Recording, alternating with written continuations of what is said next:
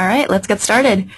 Welcome everyone to today's session, your National Postal Forum 2014 in Review.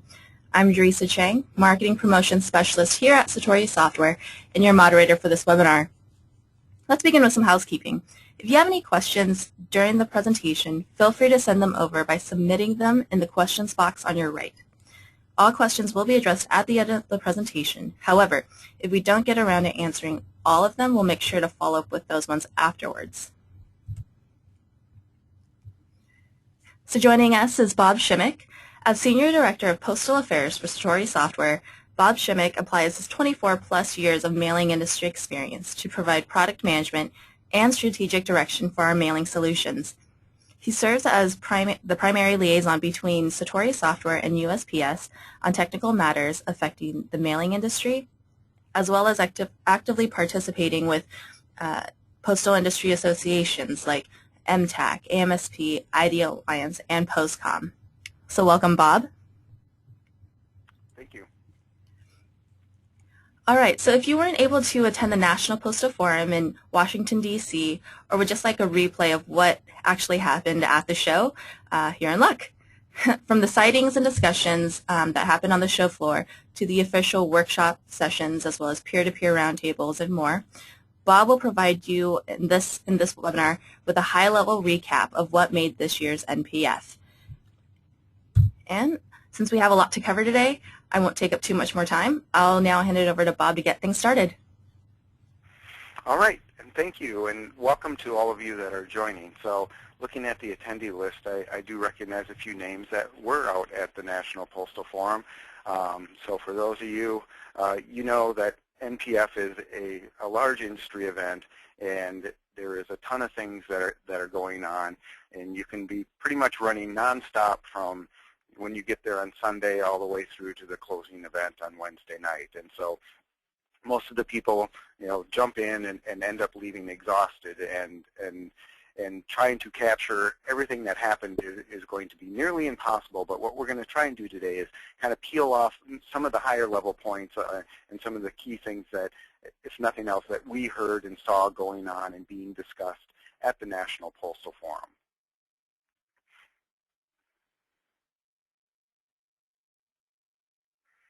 All right, so the first thing we want to do is talk a little bit about so how did this year's show compare to last year's show? And so you can see, as far as total attendance, it was pretty similar, down just a little bit. But when you actually look at the breakout of who was actually there, a couple of things to highlight. One is that you'll see that there was significantly more USPS representation at this year's show, and I think that is most likely a side effect of the show being out in Washington, D.C., being near headquarters, which allowed easy access for postal people to be able to attend this event. Last year's event was out on the West Coast, and so it did require a lot more travel expense.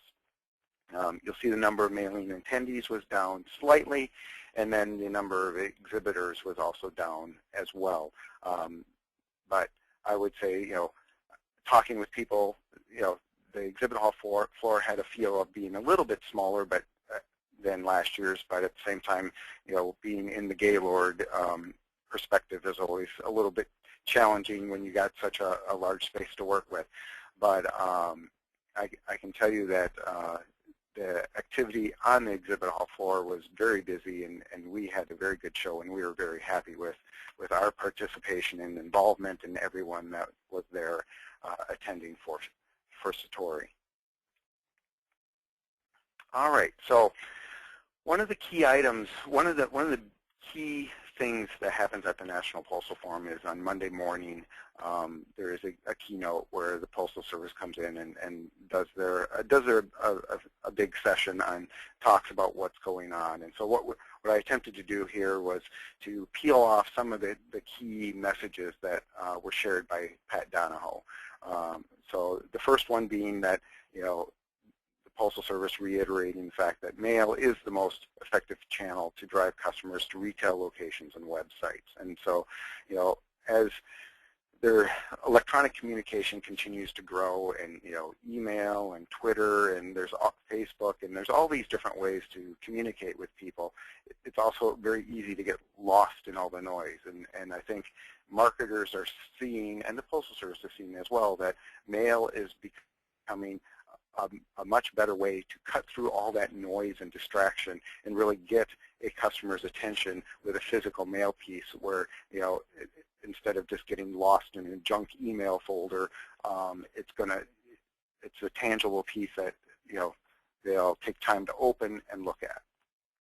The other thing that was noted by Pat was mobile and interactive technology is giving mail a fresh look. There's a number of really cool things that are continuing to evolve around augmenting, augmented reality and tying, all the capabilities of the electronic medium with a physical mail piece and connecting the two together and really giving the end recipient of the mail piece a new and fresh user experience that they've not been able to have in past years. And so as the physical and electronic world kind of start to blend together, there's some really cool things that can be done with that. The other thing that was noted was new ways of using data and analytics to increase the return on the investment being made for the mailing. There is a ton of data out there, and the more savvy mailers are finding that the more data they can collect about their customers and use that to analyze and really create targeted campaigns that are really focused on those customers that are going to be really truly interested in that particular message, can get significantly higher response rates, which then equate to much better return on investment for those mailings. So investing in the data and preparation and making sure you really have a targeted message can really add a huge bump on your ROI. The other thing that Pat talked a little bit about was also that the Postal Service is in the process of studying customer behavior on billing and statements. And there was an example he gave of a study that was done in another country where the people that do receive paper statements actually were more likely to pay their bills in a more timely fashion.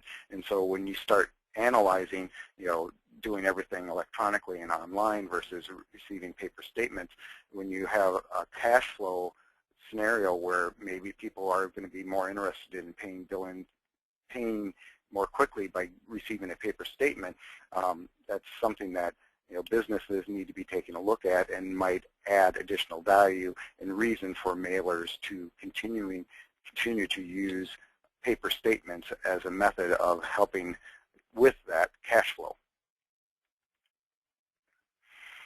So there were several other speakers that were part of the general session as well. Ron Stroman, who is the Deputy Postmaster General, spoke for a little bit. His message was that the Postal Service is really going to be laser focused on providing customer service and servicing mail owners and mail service providers. And to help support that, one of the things that he called out was that the call centers are being staffed with USPS employees as opposed to contractors that are really going to be, employees are going to be much more focused on making sure that the needs of mail owners, mail service providers are being met. Nagisa, who is the Chief Marketing Officer for the Postal Service, also talked a little bit at the keynote, and one of the big marketing messages coming out of the Postal Service is that they've partnered with Sony in the new movie that's coming out, The Amazing Spider-Man. And one of the things you're going to see is that Spider-Man and branding across a number of different areas in the Postal Service. She noted that you will begin seeing Spider-Man on priority mailboxes, in Postal Service lobbies, on vehicles, and even in direct mail pieces that the Postal Service is going to be sending out. And the reason with partnering with Spider-Man is the alignment of Spider-Man being fast, agile, reliable, and the Postal Service also having those same characteristics.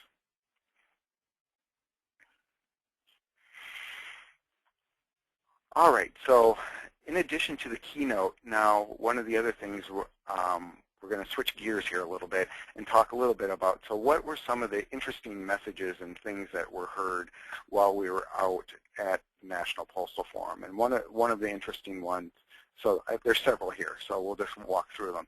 The first one being that the Postal Service announced that they're going to be expanding the free ACS for residual pieces of full service mailings. And so for those of you that have made the transition to full service, you may be aware that the Postal Service has, one of the benefits of full service is the ACS transactions are free.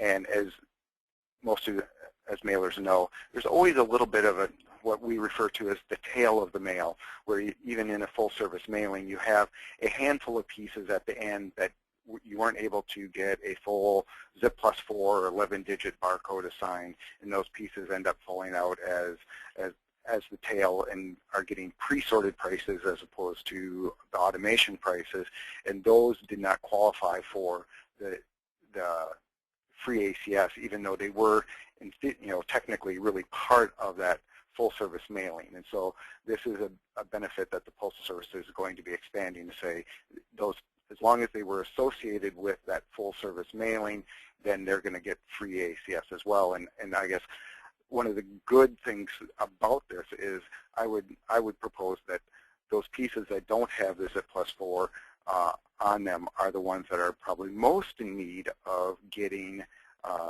the ACS information back.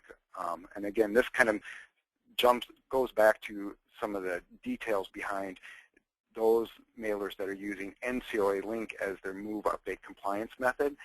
NCOA Link, when you are doing that, actually requires a zip plus 4 and then the full 11 digits to be able to actually even do the lookup to see if there's a move. So if you have records in your database that only have a 5-digit zip code and you send them off to NCOA Link processing, you're never going to get a move back for those because there wasn't a sufficient amount of detail to get to the delivery point to look at it to get a return. So these are pieces that are going to benefit a lot from getting that free ACS information back.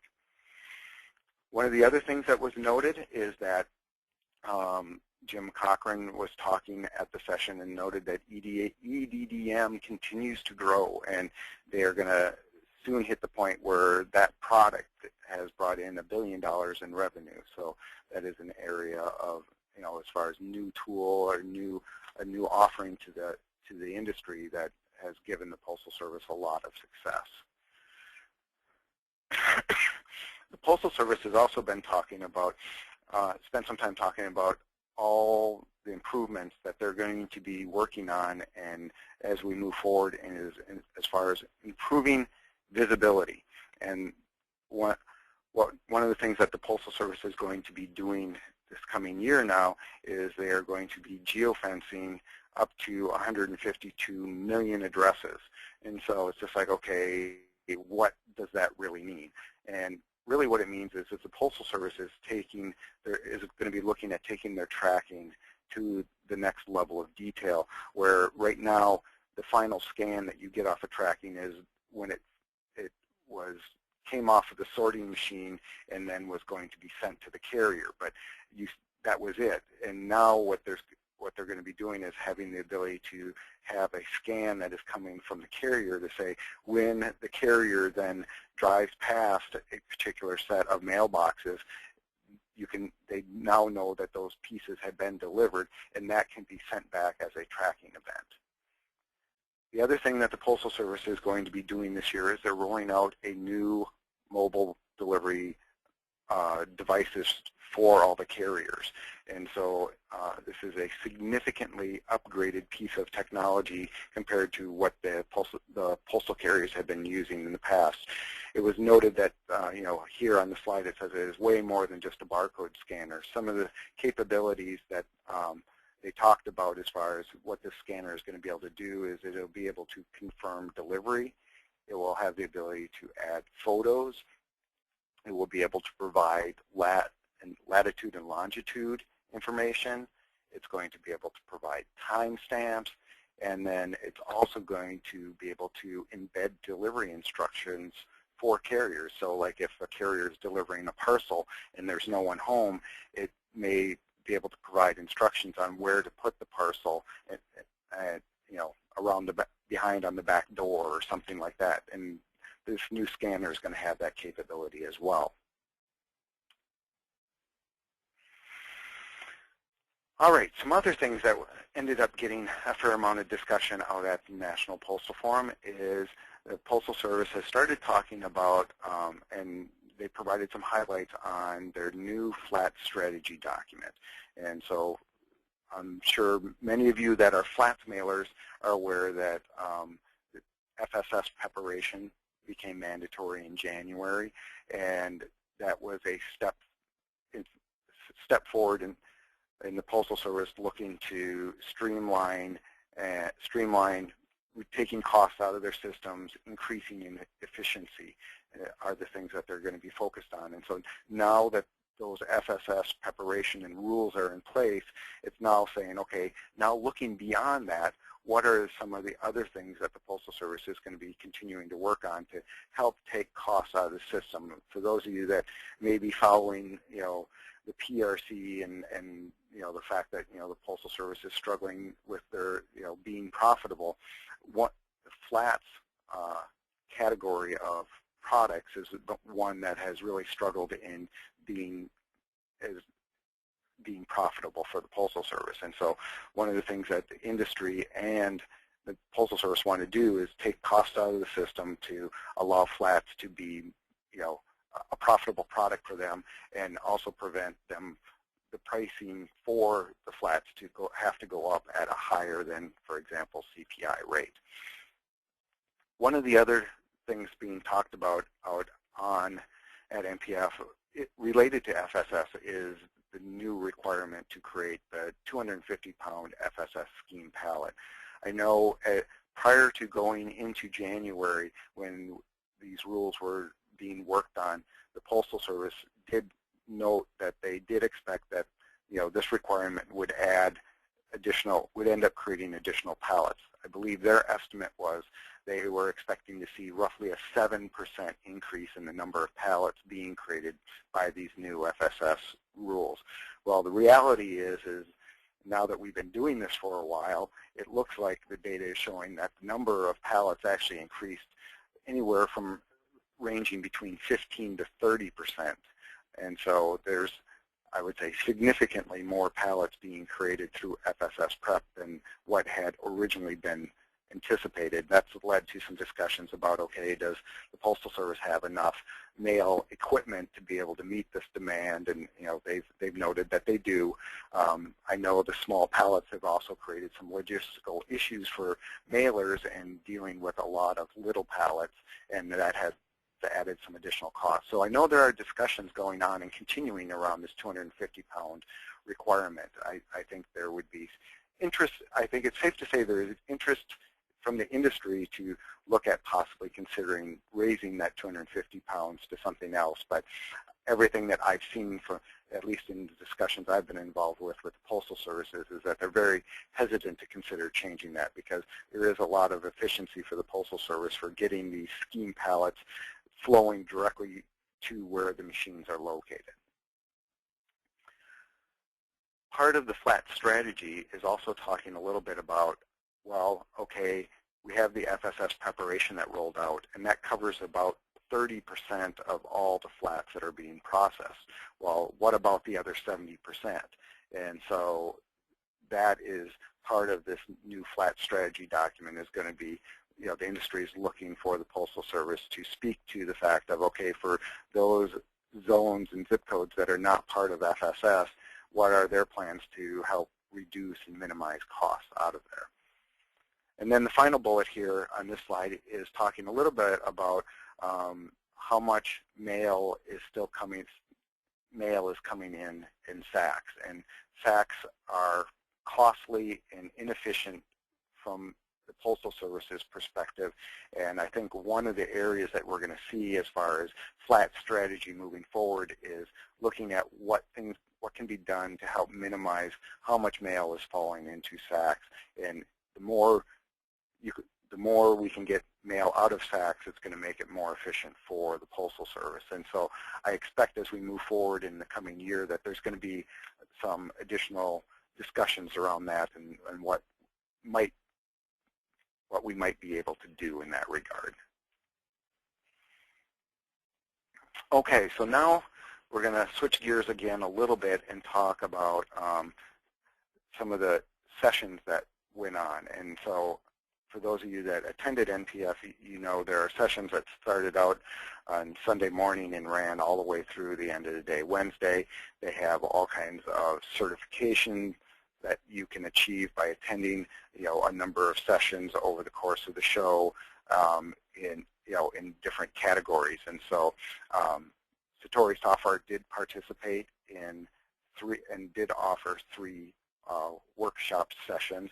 So we're just going to quickly cover those and share with you what were some of the things that we were talking about with the mailing industry as far as what we see as hot topics and things that mailers need to be thinking about and being aware of. And so the very first one here was a session that I did regarding full service lessons learned from January to prepare for July. And so really what this session was looking into the crystal ball and saying, okay, we survived January. What are some of the things that we learned from that, and what are some key important things that are coming in July that we need to start preparing for the next set of changes? And so got a bullet item list of things here to walk through, but I spent a little bit of time talking about the PRC decisions that were made in January. There was actually 2 price filings that went into effect at the same time in January. One was the normal CPI and one was the exigency.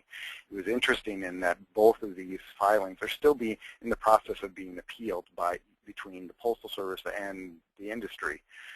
The CPI filing is being appealed because the Postal Service is disagreeing with the PRC decision to say that mandating full service equates to a CPI increase, and that was why when January actually rolled around, the Postal Service actually backed down from mandating full service, because the PRC said if you're going to mandate full service, you actually had to account for that in the CPI calculation. And if they would have mandated full service, it would have actually required postage rates to be lower than what they were prior to going into January to comply. And so obviously with the Postal Service being tight on revenue, they were not willing to give up that revenue.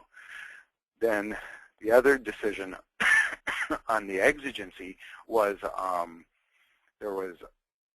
that's being appealed because the Postal Service was looking for that 4.3% exigent price to be permanently baked into the rates forever forward. And the PRC came back and said, no, you can't get that 4.3% forever. You can only do it until you get essentially $1.8 billion of additional contribution that was due to the recession.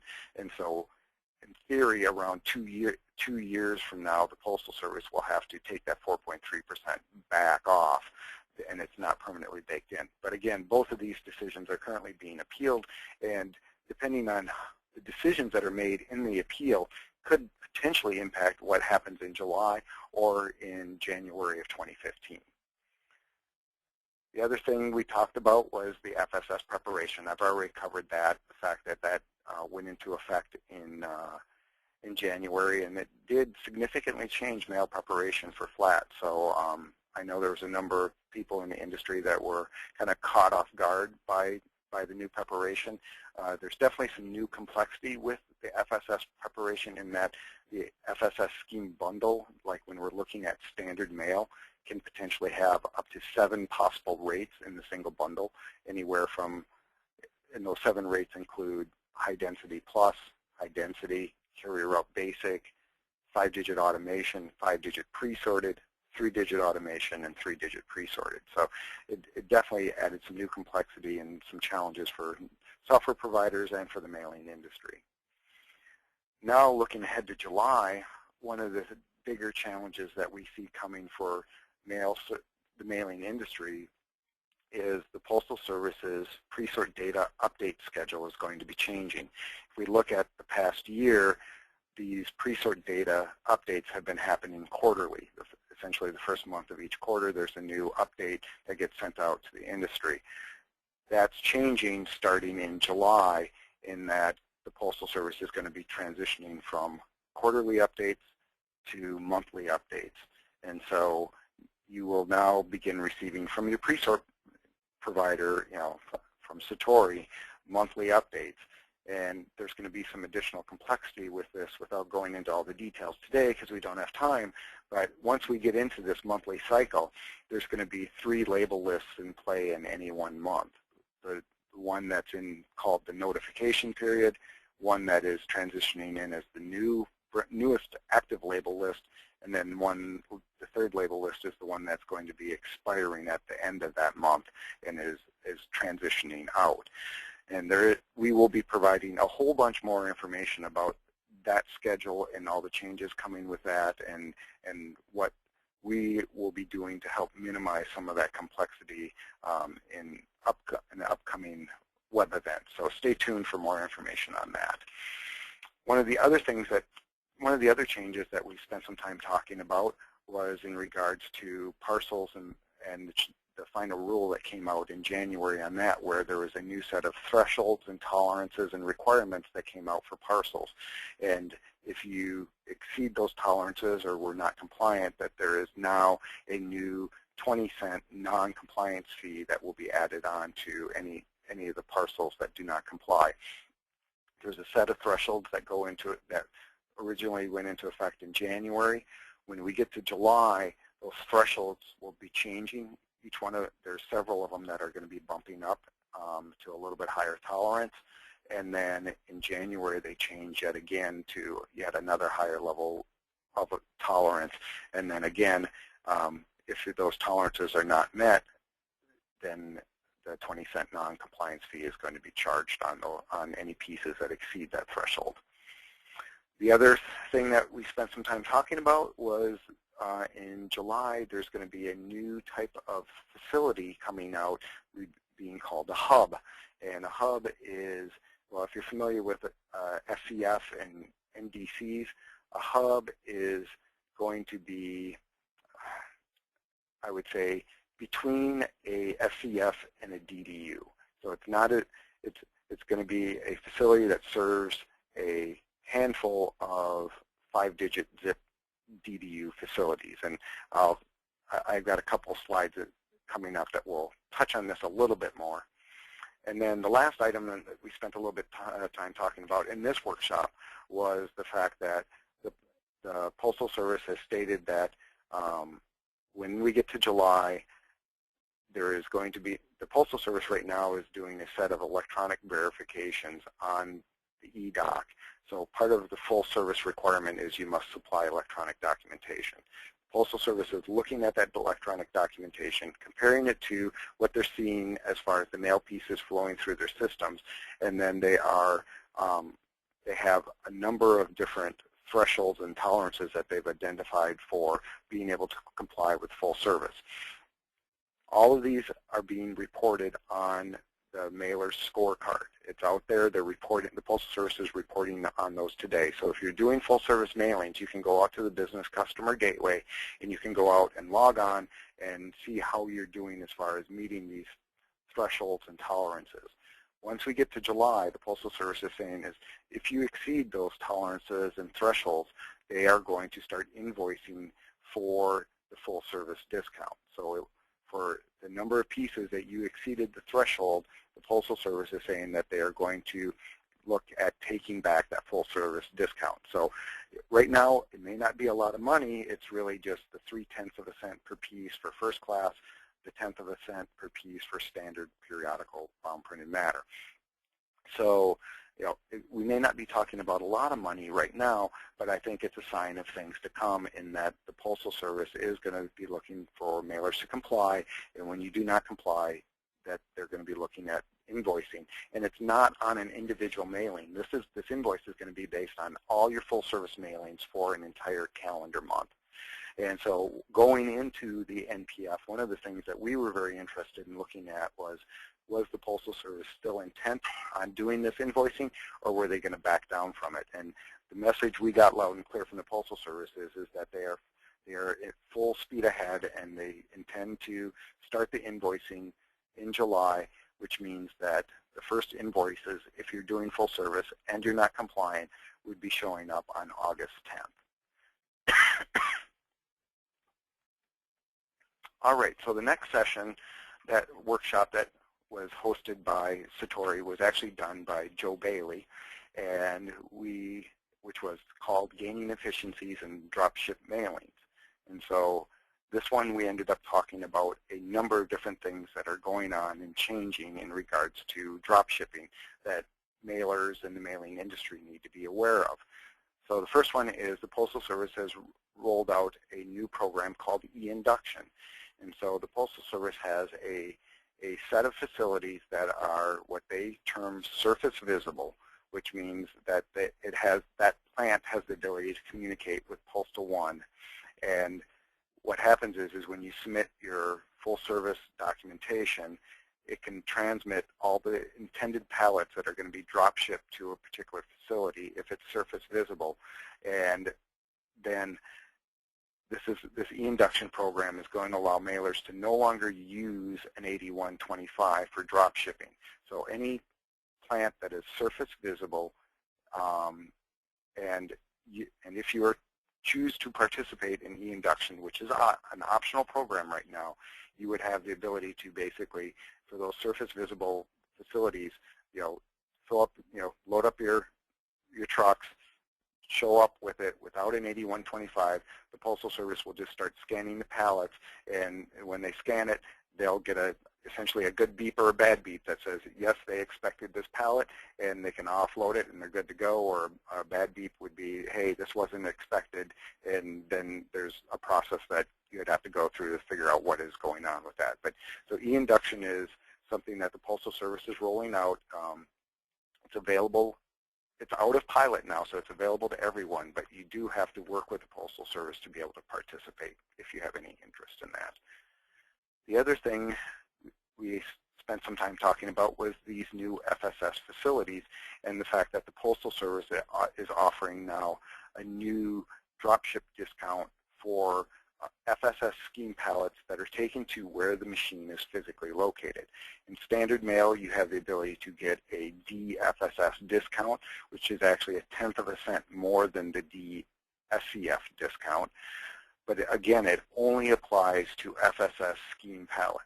It doesn't apply to FSS scheme sacks, and it doesn't apply to the facility pallets or the facility sacks. So it's a very targeted, unique discount to one type of pallet.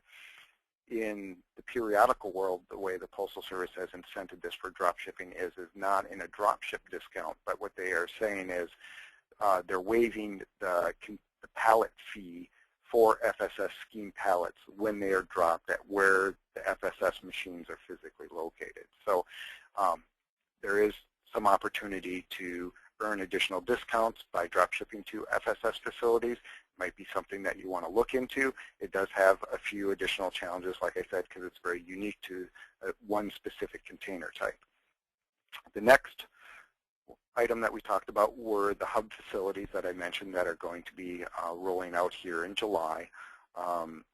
The challenge with hubs, at least from a drop ship perspective, is going to be from the fact that hubs do not do any processing at these facilities. All they do is cross-dock operations to downstream delivery units. So that means the only thing that you're going to be able to drop ship to a hub are what is referred to as direct containers. So carrier route containers and 5-digit containers that you could drop at a hub.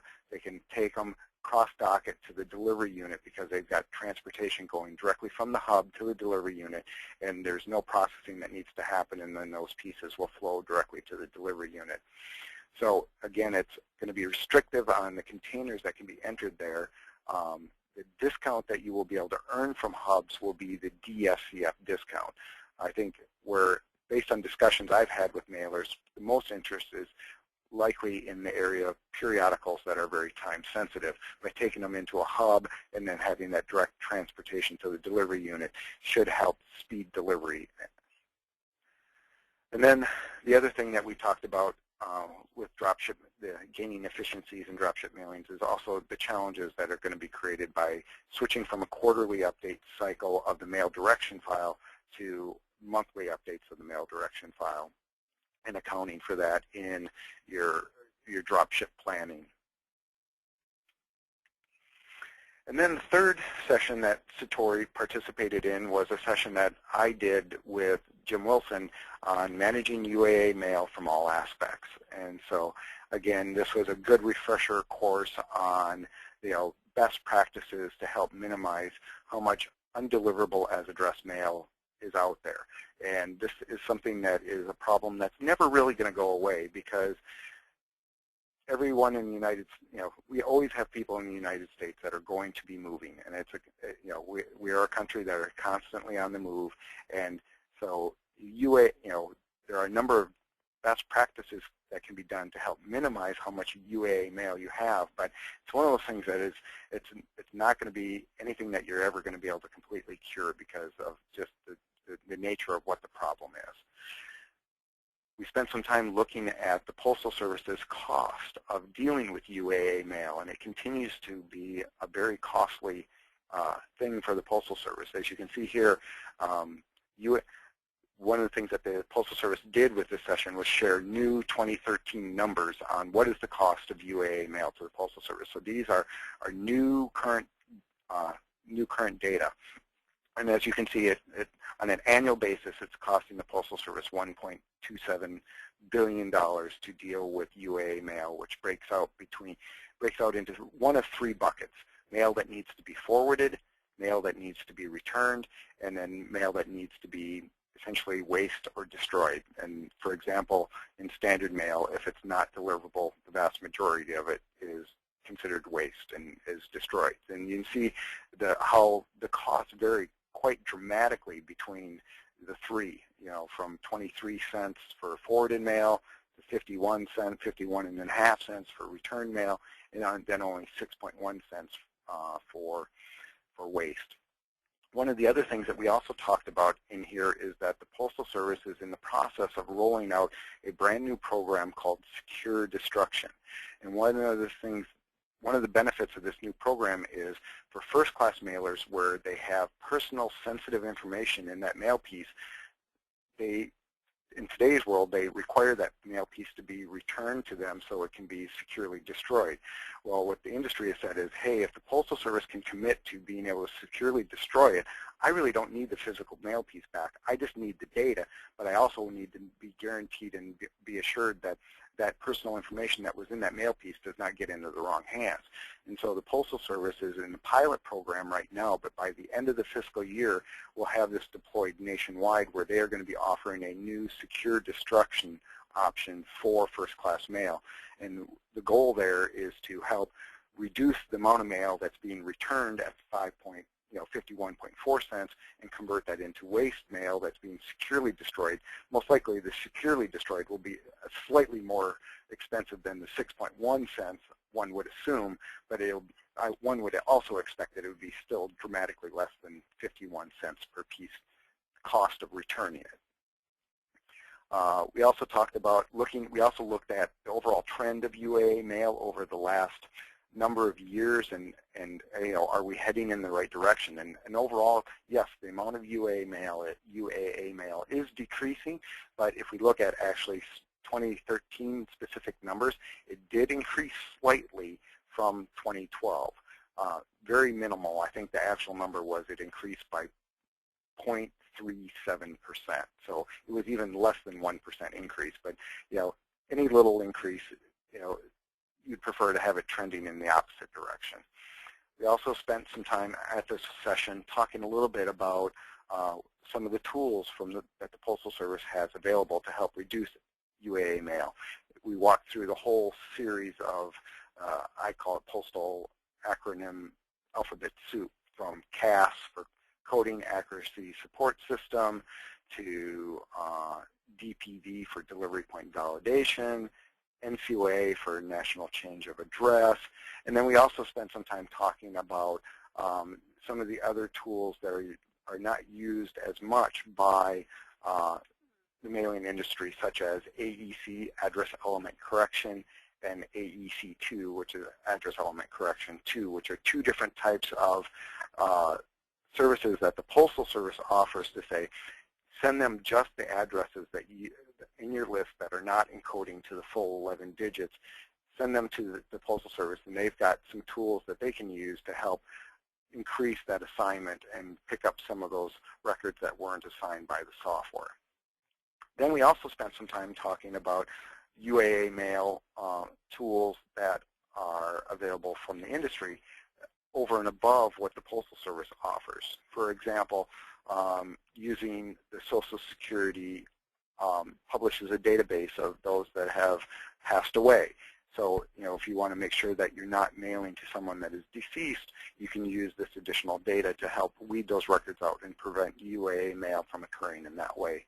The other thing that we talked about was that, especially when the economy isn't doing well, there is no requirement for anyone to have to file a change of address with the Postal Service. So when people are, for example, getting a house foreclosed on, they probably don't want to be found. And so when they leave that address, they're not going to provide a forwarding address.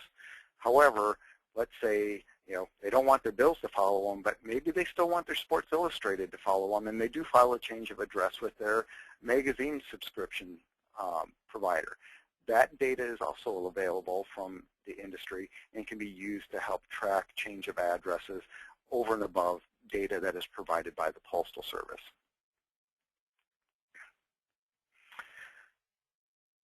All right, so then we had all the different workshops going on. There was the keynote that happened at the NPF.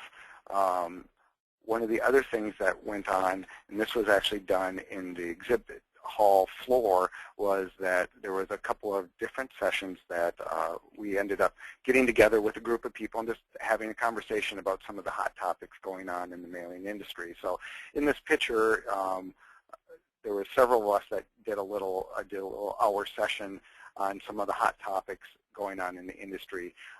Going from left to right, on the left is Sharon Owens from the Postal Service. Next is Leo Raymond from AMSP. In the middle is Jody Barenblatt from Gray Hair Advisors. Next to Jody is myself.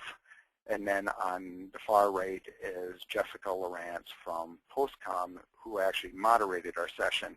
And so we did a recording, as you can see us all holding the mics there, and talked about several different topics. One of those topics being load leveling, in that as we roll into, I believe, the end of next week, the Postal Service is going to implement their load leveling proposal, which means if you're drop shipping to an SCF facility for standard mail and getting the DSCF discount, your service standards are going to be changing if you're dropping that mail on, for example, on a Friday.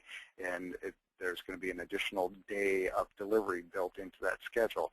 And we spent some time talking about, well, what does that mean for mailers that are looking for a little bit more day-certain delivery, or want to make sure that that mail piece, for example, gets there on a Monday? And what are some of the maybe behavioral changes that will need to happen as far as how that mail is entered? So some interesting discussion there.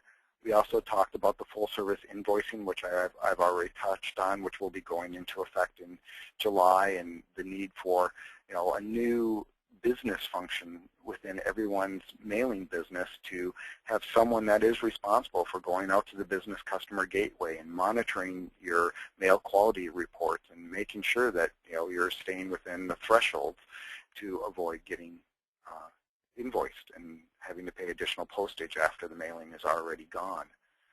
We spent some time talking about the status of legislation. I think, to cut to the chase on that one, I think if you boil it all down, it's unlikely to see any type of legislation happen this year. There just isn't the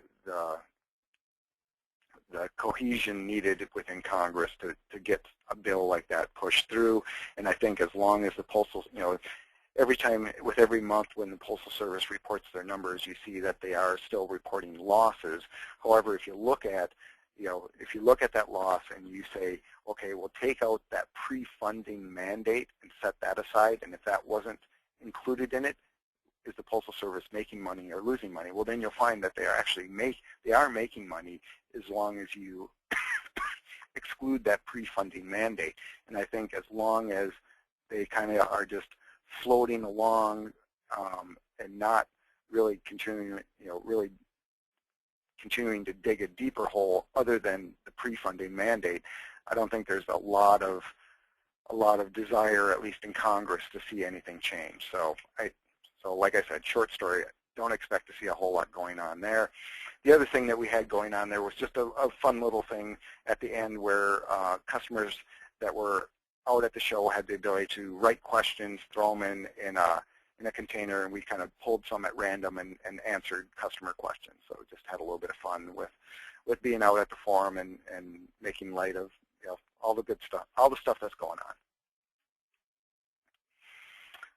All right, in addition to all that other stuff that was going on, one of the other things that took place was one of the mornings the National Postal Forum had what they called peer-to-peer roundtables, where they had a big room set up for breakfast, and then at each table was a different topic. And so Satori had 2 different tables there, and so one of the tables was a table that I was at hosting, and we spent the time taking a deep dive into understanding that the transition from quarterly updates to monthly updates for the pre-sort data. Again, I've already touched on that, but for those that were at that roundtable, we kind of took in a much deeper dive of it and went through all the nuts and bolts and made sure everyone understood. And it was actually nice to get an opportunity to get some feedback from mailers on what they would be looking for in terms of software to provide, take some of that complexity out of it for them. The other roundtable was talking about, again, the challenges and opportunities with drop shipping, again, doing a little bit deeper dive into the new FSS facilities, the new hub facilities, and what opportunities there may be there for that. So we had all that going on, and then we also had a number of different things going on in the booth where we were talking about a number of different things where we had 2 different sessions that we were doing on demand as customers were available, talking about the full service invoicing, which is, again, going to be a big concern for everyone in the industry as we roll into July. And then we also had another session that we did in our booth talking about all the changes that are coming with July, which, again, I've already shared with you. But then after each one of those, then we had all the Satori staff that was at the show available to answer the more detailed questions, even look at the product, show some stuff, and make sure everyone that was there and had questions about those changes got all their questions answered. So there was my high-level flyover of what happened in those, I guess, 4 days of National Postal Forum. It was kind of a whirlwind, and maybe this felt like it a little bit too, and I think with that we can maybe move into a question and answer phase. And then also I wanted to highlight, and I mentioned it earlier in the webinar, that one of our upcoming webinars on April 22nd, we are going to do that deeper dive into that monthly update of pre-cert data and the complexity and what mailers are going to have to do to prepare for that. All right, great. Thank you, Bob. Before we jump into Q&A, thank you again, Bob, for sharing your experience at this year's NPF and really detailing what activities happened at the show and what the hot topics were, what everyone was thinking about the next few months. So if you would like to learn a little bit more about what Bob has discussed throughout the session, feel free to contact him directly. His contact information is listed on the slide in front of you. All right, and he mentioned about the upcoming webinar, so I'll now open it up for questions. The first one looks like, what did EDDM stand for? Oh, I'm sorry. Yeah, I tried to explain as much of the alphabet soup as I could. EDDM stands for Every Door Direct Mail. It's a program that the Postal Service rolled out, a couple of years ago, initially as a pilot program where it allowed small mailers that wanted to target maybe an individual carrier route or several carrier routes on and a zip code and they wanted to go to every single door on that route. This tool, it's a tool that the Postal Service came out that allowed them to do that and give them some very nice pricing for those mail pieces. And so it started, every door direct mail started out as a pilot program. The Postal Service saw a lot of success with it. They formalized the program, and what they were noting is it's one of those things that has continued to grow for them and offer them they've had a lot of success with it. Great. The next question is, when does free ACS for full service residual pieces start?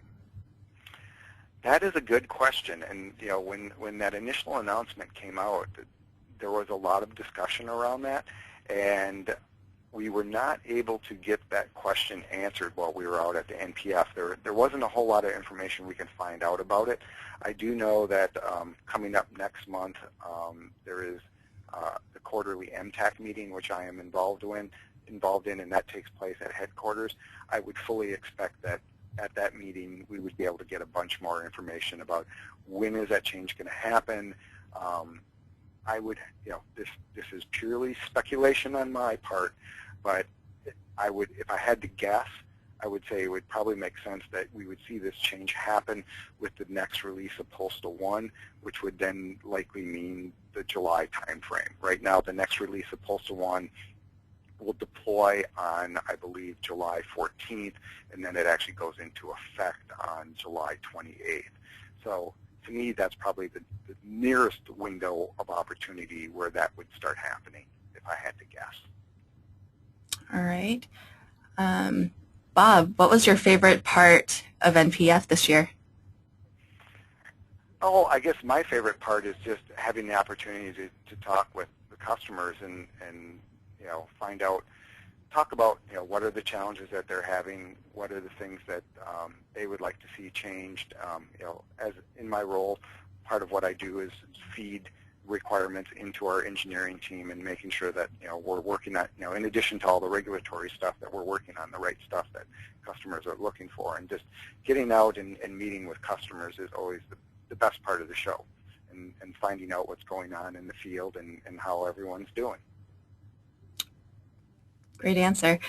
I would like to throw this out there. If anybody has any questions, feel free to send them over. But if you don't, if you have any questions after the session, feel free to send it to Bob or to info@satorisoftware.com, and we'll make sure that all your questions get answered. All right. It looks like that's all the questions we have for this session. Before we wrap up, I want to mention a couple of things. See, I would like to, after the presentation, please take a few minutes and complete our short survey. Your feedback will help us improve the quality of our webinars going forward. And just a reminder, this webinar is being recorded and will be available on our website shortly. You can find this session along with many other of our webinars on our archive sessions page under the Learn section on our site. If there aren't any more questions, I would like to thank everyone for joining us today, and we hope you have a great rest of the day.